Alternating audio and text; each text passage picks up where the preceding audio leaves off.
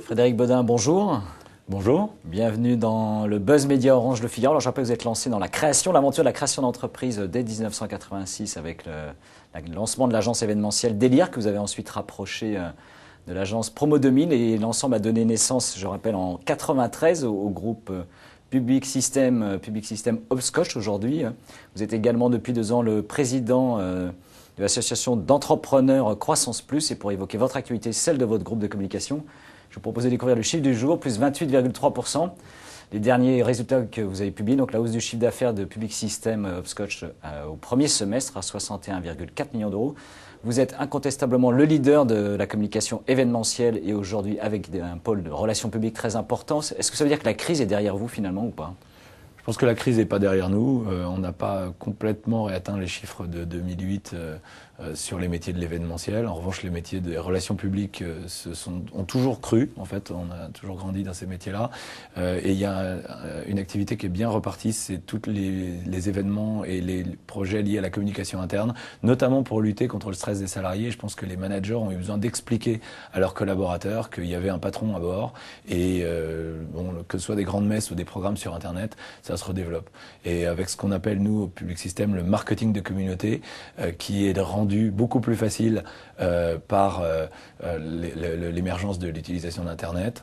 On arrive à faire des campagnes plus efficaces et plus innovantes pour les consommateurs, l'interne, les prescripteurs, etc., pour moins cher. Donc en temps de crise, c'est pas mal. C'est efficace. Alors je le disais, Hopscotch a été racheté, je crois, donc en mars dernier. Vous avez rapproché les 2 sociétés. 1 an plus tôt, vous aviez racheté l'agence interactive Even. Est-ce que cette boulimie d'acquisition va se poursuivre ou pas ? En fait, notre stratégie, c'est pas d'acquérir des sociétés, c'est d'être les meilleurs au service de nos clients dans les stratégies de relation avec les publics. Et les stratégies de relation avec les publics, si vous voulez, dans l'objectif de plus vendre, de gérer la réputation, et aujourd'hui la e-réputation, et de créer des conversations avec les clients. Plus vendre ou améliorer l'image, évidemment, des clients.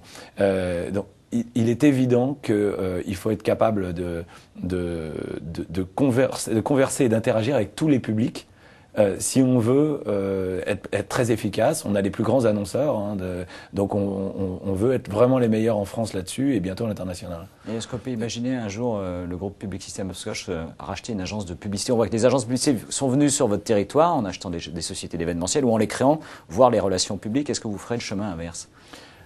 Oui, on fait déjà de la publicité. Quand on lance des films, vous savez qu'on est très actif dans le cinéma, la promotion de films comprend la publicité, les relations publiques, le partenariat, la présence dans les festivals, etc.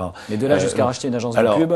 De là jusqu'à racheter une agence de pub, pourquoi pas, mais surtout pourquoi pas créer une agence de nouvelle manière. C'est-à-dire que nous, on pense que si on part du principe qu'on fait une stratégie de relation avec les publics ou de marketing des communautés, pour entrer en interaction avec chacun de ces publics, il faut trouver le meilleur moyen. La publicité en est un, et bigrement efficace dans certains cas. Donc on fait déjà de la publicité, on va probablement le développer, recruter des publicitaires, mais on ne va pas faire comme le font nos illustres aînés qui existent depuis longtemps. Alors lors du rachat d'Even et surtout le rachat de Hopscotch, vous aviez annoncé avoir de fortes ambitions avec ces marques qui continuent à exister d'ailleurs dans le groupe sur le terrain de l'international. Où est-ce que vous en êtes aujourd'hui ? Alors aujourd'hui, on a à peu près 40% de notre activité qui se passe en dehors de France. Souvent, on accompagne des grands clients français dans leurs opérations de communication, de relations publiques à l'étranger, mais aussi des clients étrangers. On vient de gérer la présence à la Coupe du Monde de foot de Sony, donc, dont le siège est au Japon, et nos interlocuteurs étaient des Japonais, en Afrique du Sud. Donc, ça fait un beau triangle avec la France. On travaille pour l'Office du tourisme du Maroc sur la promotion internationale de Marrakech. La semaine dernière, on a fait toute une campagne à New York, et ça aura lieu dans 3 semaines à Londres, après avoir fait pratiquement toute l'Europe. Donc, c'est des clients marocains gérés depuis la France, mais pour le monde entier, à travers des relais locaux et à travers un hub qui s'appelle aujourd'hui Hopscotch Europe in One, qui est basé à Dublin, où on a 25 nationalités différentes à Dublin, capables de faire des relations presse. Alors au début c'est que les relations presse et bientôt ça va être du web, dans les langues de toute l'Europe depuis Dublin. Et ça c'est extrêmement innovant. Vous n'avez pas besoin finalement de créer des filiales locales. Pas toujours. Comme un réseau. Et ça peut être beaucoup plus efficace, rapide et beaucoup moins cher pour les annonceurs de faire depuis Dublin le push du message auprès de toutes les cibles. Et on est en train de créer, ça c'est un scoop que je vous annonce, la même chose à Hong Kong et à Shanghai. Les statuts des sociétés sont déposés et on est en train de recruter un certain nombre d'équipes. Et on va faire donc Hopscotch Asia in One, dont le siège sera à Hong Kong. Et puis vous pouvez imaginer que le reste du monde suivra. Porté par quel client pour démarrer? Porté par probablement l'industrie du luxe et nos grands clients des technologies, des produits électroniques et des logiciels.